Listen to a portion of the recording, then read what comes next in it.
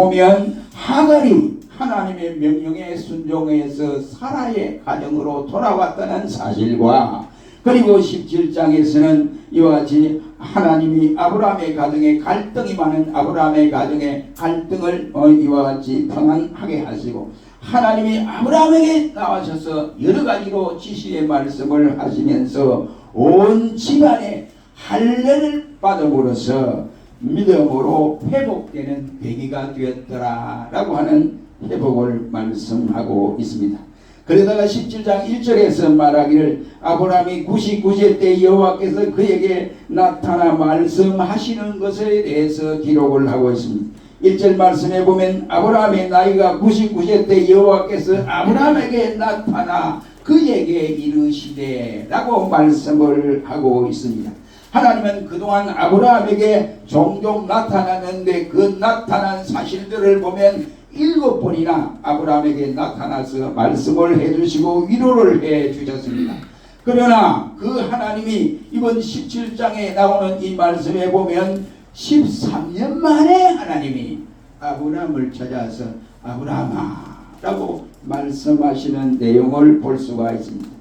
16장과 17장 사이에서는 벌써 13년이라고 하는 기간이 흘러버렸습니다. 지나간 세월 동안에 아브라함은 단 한 번도 하나님을 뵌 일이 없었습니다. 그의 가정은 형편을 보면 그동안 금은 구름이 온 가정에 뒤덮이고 있을 때였습니다. 하나님은 그래도 하나님의 도와주시고 하나님의 위로해 주시기보다는 하나님께서 필요한 때인데도 하나님이 조용히 아브라함을 만나주지 아니한 13년의 기간이 흘렀다라고 할 수 있습니다. 그럴 때 하나님은 단 한 번도 그에게 나타나서 위로해 주지도 않았고 말씀해 주지도 아니했다라고 하는 사실입니다. 아브라함이 얼마나 괴롭고 힘들었겠습니까? 여러분, 종종 하나님이 어려울 때마다 나타나서 아브라함아 내가 전능하신 하나님이다 라고 말씀을 해주시는 그분이었는데 아무 말도 없이 묵묵한 세월이 13년간 흘렀을 때에 아브라함 자신에게는 말로 다 할 수 없는 이러한 어려움이 아닌가라고 생각합니다. 그런데 이 어려운 하나님의 침묵의 기간을 어떤 분들은 주석하기를 아마 하나님이 특이한 사실이 아브라함에 없기 때문에 하나님이 나타나지 않았다 이렇게 이와 같이 저수를 하는 모습을 볼 수 있습니다. 그러나 저는 그렇게 생각하지 않습니다. 그 이유는 분명히 있습니다. 무엇이든지 하나님의 하시고 하는 역사 가운데서 하나님의 뜻이 일어나지 아니한 하나님의 뜻이 이루어지지 아니하는 모습에서 하나님은 회복이라고 하는 이 축복을 주시기 위해서 여러 방법을 통하여 동원해 나가는 모습을 볼 수 있습니다. 이것을 일러서 우리는 하나님의 경륜, 하나님의 통치라는 말로 표현을 하고 있습니다. 여기 16장에서는 아브라함의 불신앙에 이와 같은 죄값을 받는 하나의 형벌의 기간이었다라고 생각하고, 두 번째는 아브라함으로 하여금 하나님이 이 13년 동안 나타나지 아니한 것은 아브라함이 회개하게 하기 위한 기간이라고 할 수 있습니다. 세 번째는 아브라함의 언약 성취를 위해서 아브라함아 네가 육이 먼저냐 영이 먼저냐, 그러니 네가 지금 하는 꼬라지가 육신이 먼저 생각하고 있지 않느냐. 사라가 아무리 하갈에게 너를 주어서 이렇게 해서 아이를 낳았다고 이렇게 해서 온갖 가정 풍파가 일어나고 이러한 것이 네가 영을 중심으로 생각한 것이 아니지 않느냐. 그러니 하나님 앞에 바로 사는 길은 육을 중심한 생활이 아니라 영을 중심한 생활이 이어져야 된다고 하는 사실을 깨닫기 위한 방편으로 하나님이 13년간 아브라함에게 나타나지 아니했다라고 저는 그렇게 생각합니다. 하나님은 그가 연로해서 육신의 힘이 빠지고 이제 전적으로 인간의 힘을 의지하지 않기까지 하나님은 잠잠히 기다리고 계셨더라 이 말이에요. 다시 말하면 하나님의 때가 오기까지 기다린 것입니다. 한 인간에게 구체적인 계시와 축복을 주기 위해서 하나님은 마음대로 이와 같이 인간의 뜻에 맞춰서 이루어지는 것이 아니라 하나님 자신의 뜻의 때를 기다리고 계신다 이런 말이에요. 하나님은 아브라함에게 번성의 축복을 약속해 주고 실로 오랜 세월을 기다렸습니다. 가나안에 정착한 지 이어 23년이라고 한 긴 세월이 되었습니다. 이스마엘을 낳은 지도 13년이 지났습니다. 아브라함도 기다리가 이제 지쳐버렸습니다. 그런데 이 아브라함의 이와 같이 99세 때에 하나님이 느닷없이 나타나서 말씀을 합니다. 하나님은 그 언약의 성취를 위해서 아브라함에게 나타나셨던 모습을 볼 수가 있습니다. 이때가 바로 하나님이 기다리시는 때라, 이런 말입니다. 범사의 인간의 세계에서는 하나님의 계획하시는 바 그때가 돼야 하나님의 역사는 이와 같이 나타나게 되는 것입니다. 그래서 신명기 11장 14절 말씀에 말하기를 여호와께서 너희의 땅에 이른 비와 늦은 비를 적당하게 내린 때에 내리겠다고 하나님은 말씀을 하고 있습니다. 이 적당한 때는 하나님이 우리 인간사에 개업하시는 그 때라고 할 수가 있습니다. 하나님은 결코 서두르지 않습니다. 나는 너무 늦도록 이와 같이 하나님께서도 방치하지도 아니하시는 하나님입니다. 우리 인간은 그 하나님의 뜻의 때를 잘 몰라요. 그래서 엉뚱한 길로 하나님이 잘 섬기다가 이스라엘 백성이 엉뚱한 우상을 섬기하고 하나님 뒤로 하고 이렇게 섬길 때 그때마다 하나님의 선지자를 통해서 매로칩니다. 말씀을 선포하고 그 말씀대로 가라고 외쳐도 외치지 않으면 그때 하나님의 징계가 강나라 열국들을 통해서 이와 같이 전쟁을 일으켜서 이스라엘을 황폐하게 하고 깨닫게 하는 이러한 일들이 종종 일어났습니다. 우리 하나님께서 똑같이 저와 여러분에게도 마찬가지입니다. 우리가 어려움이 겹치고 겹칠 때 하나님 앞에 기도를 해도 아무 대답이 없어. 하나님이 어떻게 하시는지 아무것도 나타나지 않습니다. 그럴 때 사랑하는 성도 여러분 어떻습니까? 기도해도 소용이 없구나. 예수를 믿어도 소용이 없구나. 내가 하나님의 백성이라고 그렇게도 설교 말씀을 많이 들었는데도 하나님의 백성이 아니구나 하고 낙심할 필요가 없다, 이런 말이 되겠습니다. 우리 하나님께서 저와 여러분에게 출애굽기 14장 13절에 너희는 두려워 말고 가만히 있어서 오늘날 나의 하나님 여호와께서 너희에게 어떻게 구원을 실행하시는지 너희는 볼지니라 라고 말씀을 하시고 있습니다. 과연 하나님은 당신의 때가 되었을 때 그 때를 찾아오십니다. 아브라함이 99세가 되고 육신의 노쇠하여 그 모든 것을 포기하고 있을 때 하나님은 그에게 찾아오셔서 아브라함아 라고 불러주셨습니다. 말씀하기를 1절에 나는 전능한 하나님이라 너는 내 앞에서 행하여 완전하라고 했습니다. 우리는 오늘 본문을 통해서 크게 세 가지를 깨닫기를 원합니다. 하나님이 아브라함에게 어떻게 찾아오셨는가? 첫째는 오늘 보면 1절 말씀에 아브라함에게 나타나신 하나님의 계시의 말씀은 무엇인가? 이겁니다. 나는 전능한 하나님이라고 말씀을 하고 있습니다. 때가 되자 하나님은 아브라함에게 나타내셔서 당신을 말하기를 나는 전능한 하나님이라 라고 밝혀주고 있습니다. 이 말은 구약 성경에 다른 말로 말하면 엘사다이라는 말이 되겠습니다. 전지전능하신 하나님, 하나님의 신적 권능을 말씀하고 있습니다. 그 주권을 보여주는 표현이기도 한 것입니다. 그가 마음만 먹으면 무엇이든지 못할 일이 없다라는 뜻에서 전지전능한 하나님의 뜻으로 말씀을 하고 있습니다.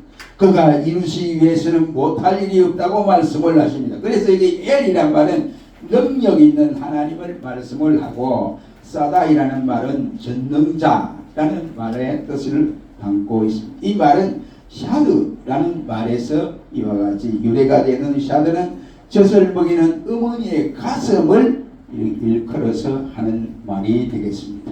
이는 바로 생명의 시작자요 보호자요 그 생명의 양육자가 하나님 엘사다이다 이라면 하나님은 이 엘사다이라는 이름으로 야곱에게 위로의 말씀으로 나타나는데 야곱아 이제는 내 이름을 야곱이라 하지 말고 이스라엘로 바꾸라 라고 말씀하시면서 위로로 나타나십니다. 그 전능하신 하나님이 모세에게 나타나셔서 모세에게 위로를 주었는데 하는 말이 나는 여호와라. 내가 아브라함과 이삭과 야곱에게 전능한 하나님으로 나타난 그 하나님이다 라고 위로를 주고 있습니다.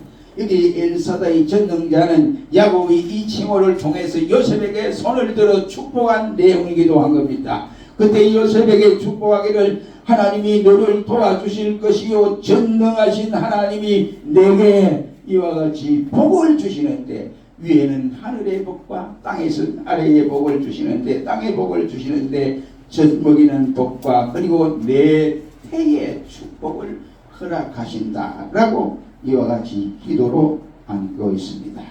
절망적인 고통 중에 있는 족장 욥에게도 이 말씀 전능하신 하나님이라는 말이 31번이나 나타나고 있으므로 힘들고 어려운 욥이 위로받는 귀한 계기가 되어져 있습니다.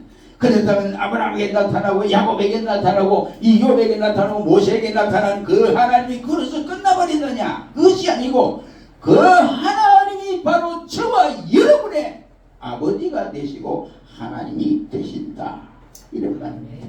그런 이 전능하신 하나님의 저와 여러분에게 나타나신 그 하나님의 전능성은 인간의 어떤 고통과 상처 속에도 모두 치유해 주신다 이라는 뜻입니다.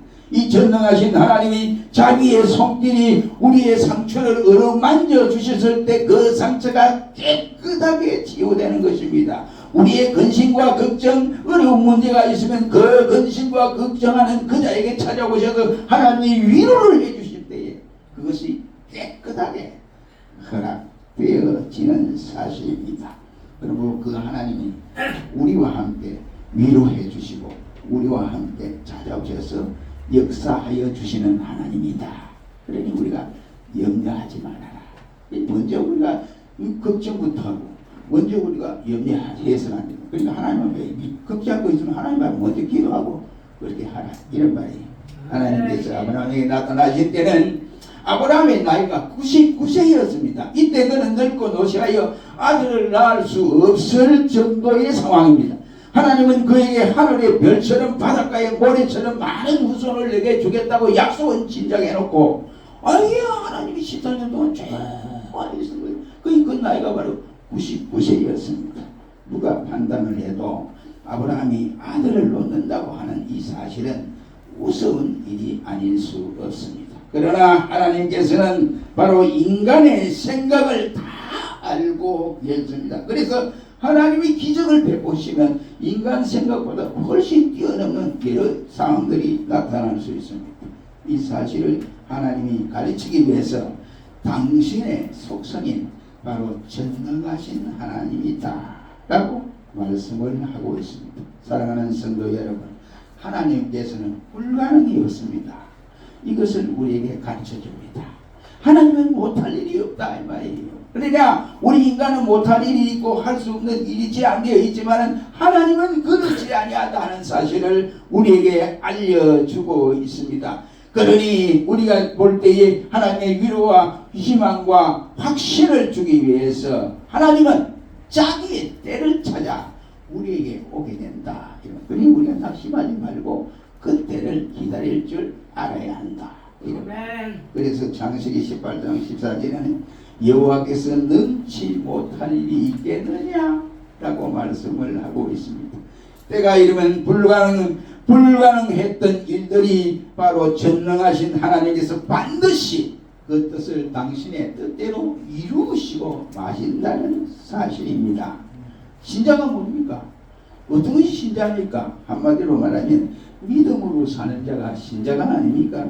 그러면 믿음으로 사는 것이 무엇이냐면 로마서 1장 17절 말씀에 의인은 오직 믿음으로 말미암아 살리라 함과 같다 라고 말씀을 하고 있습니다. 그것은 하나님의 전능하심을 믿어야 된다 이란 말이 되겠습니다. 아멘. 나는 전능한 하나님이라 했습니다. 전능한 하나님이심을 우리 모두가 확신하고 믿으시기를 주의 이름으로 축원합니다. 두 번째는 오늘 17절 하반절에서 아브라함에게 요구하신 하나님의 명령에 대해서 말씀하고 있습니다. 17절 하반절에 그것은 너의 앞에서 행하여 완전하라고 해서 누구 앞에서? 내 앞에서 라고 완전하여 행하라고 했습니다. 내 앞에 완전하여 행하라는 이 말은 다른 말로 표현하면 내 앞에서 걸어가라. 내가 보는 눈앞에서 내 보는 앞에 네가 걸어가라. 걸어가는데 갈자로 걸리면 똑바로 걸어라. 신앙의 결합을 바로 걸어가라. 이런 말씀이 되겠습니다. 하나님의 목전에서 바로 행하라. 하나님의 살아계심을 의식하고 행하라는 말씀이 되겠습니다. 따라서 이 말씀은 하나님께서 우리의 일거수일투족을 하나님이 세세히 살피고 계신다 이란 말이에요. 그러니 우리가 하나님 나를 지금 보고 계신다 이런 의식으로 살아가라 이런 말씀이 되겠습니다. 그러니까 우리 말씀을 받은 우리 성도는 순간순간마다 이렇게 하나님 앞에 조심스럽게 우리가 행동을 해야 한다 이 말이에요. 완전하라 이 말은 원래 전혀 비난할 것이나 흠이 없는 깨끗한 것을 일러서 완전이라는 표현을 쓰고 있습니다. 이 본뜻은 절대적으로 완전 무결하라는 말씀이 아니올시다. 우리 성도가 어떻게 이와 같이 타락한 백성들이 어떻게 완전 무결할 수가 있습니까? 생활이 완전 무결할 수 없습니다. 그런데 하나님은 인간인 아브라함에게 나타나서 내 앞에서 행하여 완전하라 라고 말씀을 합니다. 여기 완전하라는 의미는 도대체 무엇을 말하는 것입니까? 여기 하나님께서 아브라함에게 요구하시는 이 완전한 것은 죄 없이 깨끗한 상태로 네가 살아가라. 다른 사람의 손가락질 받고 이렇게 살지 마라. 이런 말이 아니에요. 우리가 어떻게 했지? 우리가 100% 완전할 수 있습니까? 완전할 수 없잖아요. 우리가 어떻게 십계명을 다 행하고 지킬 수 있습니까? 지킬 수 없습니다. 그러나 하나님이 우리에게 그러한 우리에게 은혜를 베풀어 주시는데 예수님을 통해서 지킬 수 있도록 만들어 주신 것입니다. 그래서 우리는 예수님의 은혜를 받고 십자가의 은혜 때문에 십계명을 지키는 자로 하나님이 승인을 해주신 거예요. 그리고 우리가 완전하게 한 것도 이와 같이 그 방법은 예수 그리스도의 은혜 때문에 그렇게 된다 이란 말이에요. 그렇다고 한다면 이 말씀을 다른 말로 표현한다면 여러분 어린아이가 어릴 때 이제 글자를 배우잖아요. 글자를 배우는데 아이들 글을 써보면 이 글자인지 그림인지 잘 분간이 안 가요. 글자를 선생님이 우리가 볼 때 그림 같아요. 성인이 볼 때 그림 같은데 근데 어머니는 가르치는 어머니나 아버지는 그 아이보다 훨씬 낫지요. 나한테도 엄마 아버지가 가르칠 때 야 이놈아 나처럼만 잘 써라 이럽니다. 아니죠. 엄마 아빠보다 더 잘 써라 이렇게 가르치잖아요. 하나님 똑같은 원리라 이런 말씀이 되겠습니다. 우리가 비록 성결 생활의 엉망일지라도 적당한 모범을 하나님이 보이시지 않고 하나님의 완전을 담도록 원하십니다. 그 앞에서 내 앞에서 행하여 완전하라. 우리는 우리의 힘으로 결코 완전해질 수 없습니다. 성령의 능력을 힘입을 때만이 우리가 완전할 수가 있다. 이런 말씀이 되겠습니다. 우리는 비록 약하지만 주 안에서 강한 자가 될 수 있습니다. 여러분 보세요.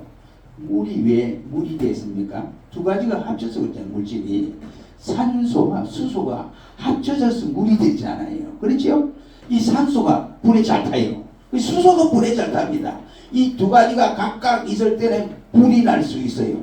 그러나 수소와 산소가 합쳐질 때는 뭡니까? 불을 끌 수 있는 물이 되는 거예요. 합쳐지니까 이런 역사가 일어납니다. 소금, 나트륨이죠. 이 나트륨이 염소나 나트륨 모두가 바로 한마디로 말해서 극약이지요. 극약입니다. 그런데 이 염소와 나트륨이 합쳐지니까 뭡니까? 소금이 돼요. 소금이. 우리 소금 없으면 못 살아가잖아요. 그렇죠? 이렇게 중요한 역할을 합니다. 여러분, 우리는 무능력한 인간입니다. 어떤 이들은 백해무익이기도 한 것입니다. 다 죄인들 뿐입니다. 냄새가 나고 더럽습니다. 그러나 예수 그리스도 안에서 결코 우리는 쓸모없는 인간이 아니라 이런 말이에요. 내게 능력 주시는 자 안에서 내가 모든 것을 뭐한다고요? 할 수 있느니라 고 말씀을 하고 있습니다. 예수님의 말씀을 우리가 방심하지 말아야 합니다. 예수님의 말씀을 명심해요. 내가 내 안에 거하고 내 말이 너희 안에 가면 무엇이든지 원하는 대로 구하라. 그리하면 이루리라 하고 말씀을 해주고 있습니다. 우리도 깨끗한 자 될 수 있다 말이지요. 우리도 거룩한 자가 될 수 있다 이 말이에요. 우리도 다른 사람들처럼 이와 같이 열심을 낼 수가 있습니다. 새벽 기도에도 나올 수 있고 다른 사람들처럼 전도도 할 수도 있고 다른 사람들처럼 열심히 믿음으로 살 수가 있다. 이런 말. 우리가 그렇게 하지 못하는 것은 딱 두 가지입니다. 하나는 예수 그리스도와 완전한 연합을 이루지 않았기 때문에 그렇습니다. 내게 능력 주시는 자 안에서 내가 있지 아니하기 때문에 하지 못하는 거예요. 내게 능력 주시는 자 안에서 내가 모든 것을 믿고 그 안에 있으면 모든 일을 주님의 힘으로 할 수 있습니다. 두 번째는 힘을 쓰지 않았기 때문에 그렇습니다. 노력이 없다는 말입니다. 못하는 것이 아니라 안 하기 때문에 이러한 현상이 생깁니다. 그래서 바울은 권면하기를 우리를 향하여 부지런하여 게으르지 말고 열심을 부어 주를 섬기라 그 말씀입니다. 세 번째는 오늘 보면 말씀에 보면 2절로 8절 말씀에 이제 하나님의 언약에 대해서 말씀을 하고 있습니다. 2절로 8절 말씀에 하나님이 아브라함에 맺어진 언약을 길게 말씀을 하는데 그 말씀에 보면 내가 라고 말씀을 하고 내 언약을 그리고 세워하리라는 단어가 계속해서 나오고 있습니다. 하나님의 언약의 주체는 그 언약의 주체는 인간이 아니고 하나님 자신입니다. 그가 시작하여 그 하나님이 마지막까지 종결하시는 분이시다. 그래서 영어 성경에 내가 하리라는 말로 표현을 해서 7번이나 강조하고 있습니다.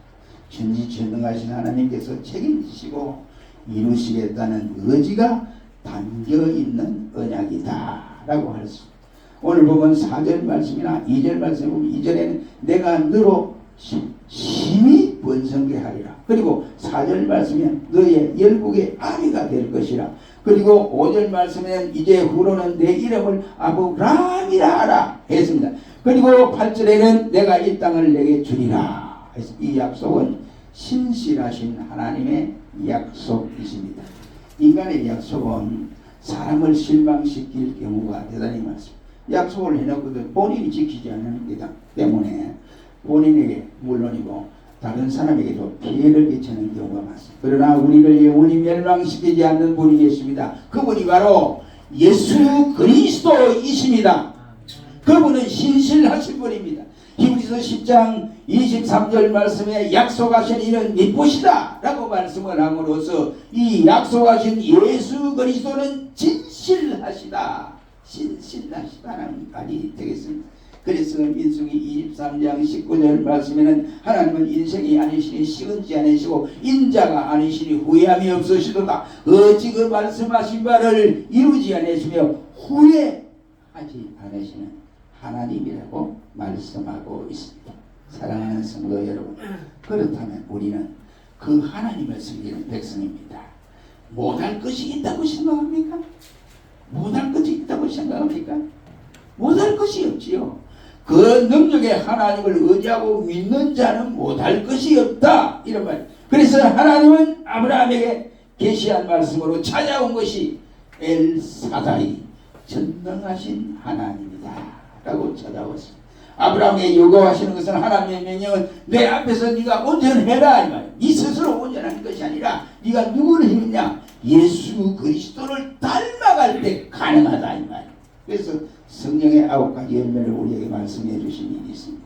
그리고 신실하신 약속을 아브라함에게 주셨는데 약속 중에 있지 너희는 낙심 중에 있지 말고 네가 하나님의 뜻을 기다리라. 그리하면 하나님의 약속이 너를 통해서 성취하리라 이 말씀. 우리는 이 말씀을 가슴에 새기고 이 한 주간도 승리하며 살아가는 우리 모두가 되시기를 주의 이름으로 축원합니다. 기도하겠습니다.